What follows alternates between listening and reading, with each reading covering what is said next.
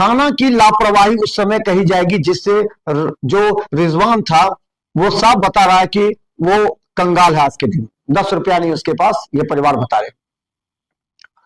जबकि ऐसे दर्जनों लोग हैं जिनसे पैसा लेने के बाद उसने रजिस्ट्री नहीं की, तो ये करोड़ों रुपए गए कहां? बहुत से नाम है, हम आपको एक एक करके लाएंगे।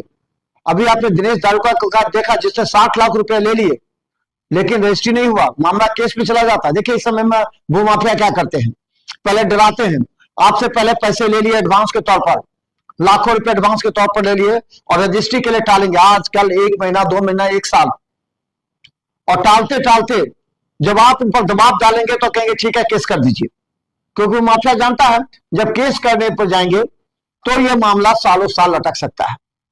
और ऐसा ही भूमाफिया करते भी हैं और किए भी हैं। रिजवान का ही हाल है। दिनेश दारुका ने क्या कहा कि 60 लाख रुपया हमसे लिए उस जमीन का, रजिस्ट्री नहीं हुआ, दौड़ते रहे, रजिस्ट्री नहीं हुआ, लेकिन किसी से 1 करोड़ 20 लाख रुपए लेकर के रजिस्ट्री कर दिया। अब सोचिए, ये 1 करोड़ 20 लाख उससे भी लिया, 60 लाख इससे भी लिया, तो 1 करोड़ 80 लाख तो सामने है एक आदमी का, सिर्फ समझ लीजिए एक डीलिंग में इस तरह करोड़ों की डीलिंग हुई है।